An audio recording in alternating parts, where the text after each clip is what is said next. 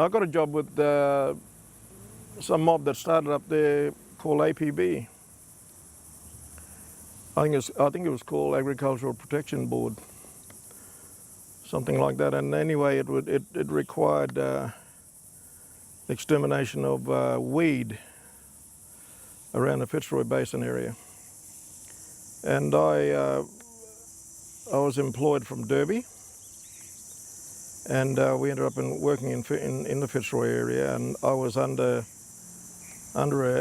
a team. They had team leaders, and I was under team leader Dickie Wilson.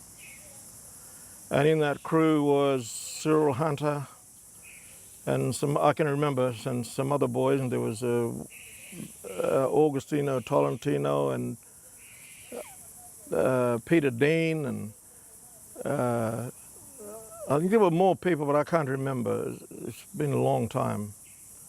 But anyway, the issue is about the stuff that we were using, and I often thought about it some years later and why I was getting sick at the time. And we're pretty fit, you know. We were young, and I'm 62-year-old now.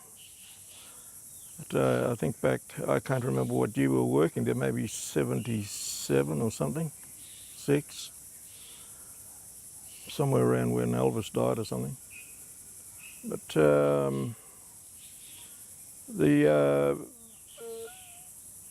the ailments that I was getting were with bones. Now my fingers are they're arthritic, and I'm a pretty good musician. I was. I still play the guitar a fair bit.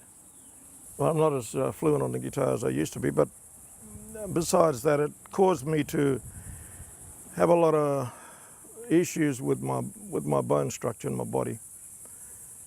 And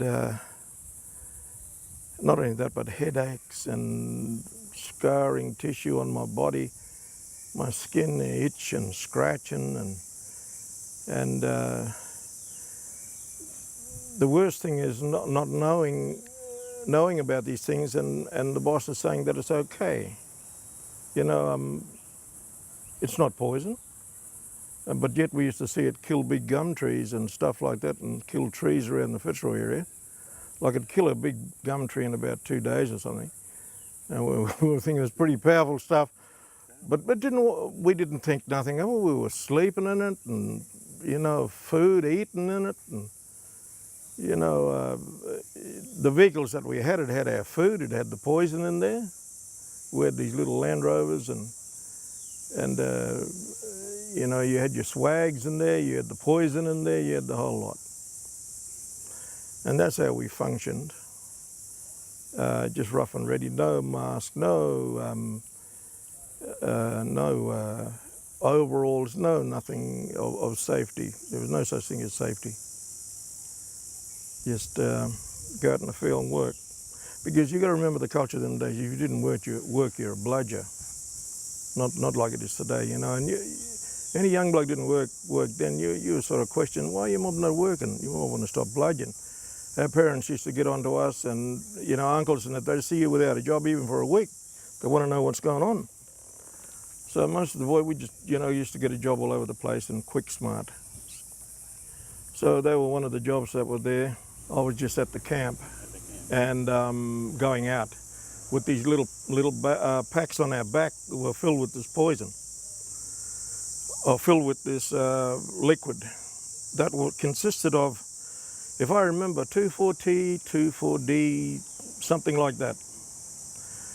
And I used to mix it with Dickie Wilson. He was the team leader, and we used to have a couple of jugs, and I used to mix so much in a jug to go into the 44-gallon drum.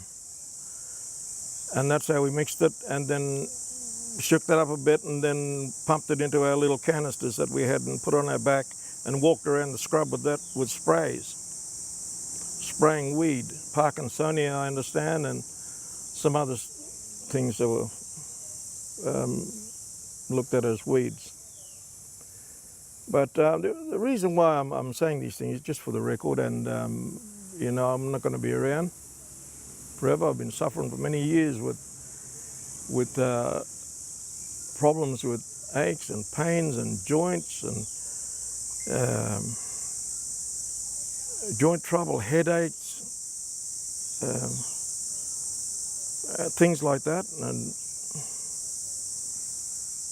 I just wanted to be on the record because a lot of my friends and my mates from that area, in that same area where we worked in that Fitzroy area, and the boys that were there, a lot of them have died. I've known them. I grew up with a lot of them. And they died and dead and gone. They were solid people. They were fit as a fiddle. We all were. And it wasn't through alcohol. No, there were no bad drinkers there. They were on wardrobe drinkers. There were spirit drinkers and stuff like that. We liked a beer like anybody else after work. And there wasn't no excess of anything as far as alcohol is concerned. I mean, we all had our beers. We all drank. Had a few beers, but it was always work.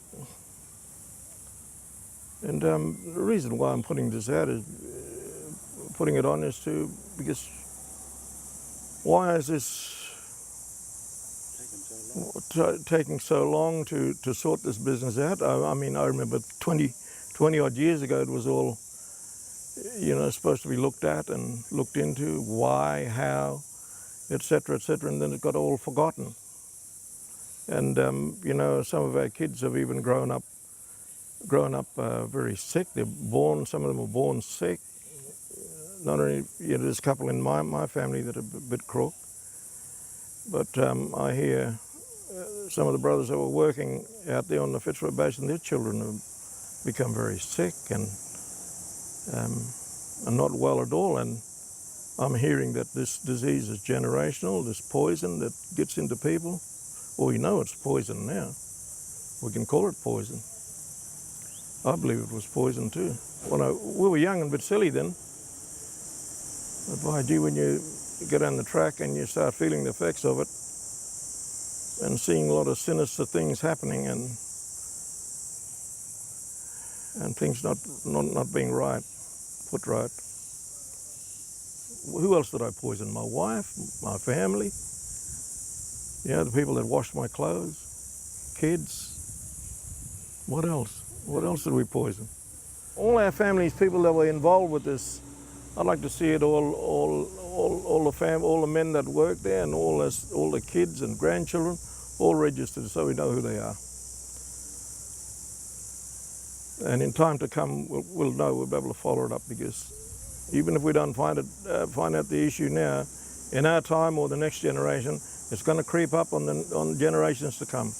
I know money is not a big thing that I've never been comfortable with issues like that, but money can make a lot of people comfortable with issues like this, for medically and all sorts of things. And it needs to be, things like this need to be compensated. To look out for those that busted their guts out there in the heat and work their guts off, and what do you get for it? Push it under the carpet? You poison someone, you push it under the carpet. At least give them something to make life a bit easier for them. I'd like to see the government do something about these issues, because we are part of the Australian public. We work for this country. We paid our taxes. We're Aboriginal people. We belong to this country, and it doesn't matter what colour you are, who you are. The government should do something about this, because it's something that went wrong and is not right. Need to be put right.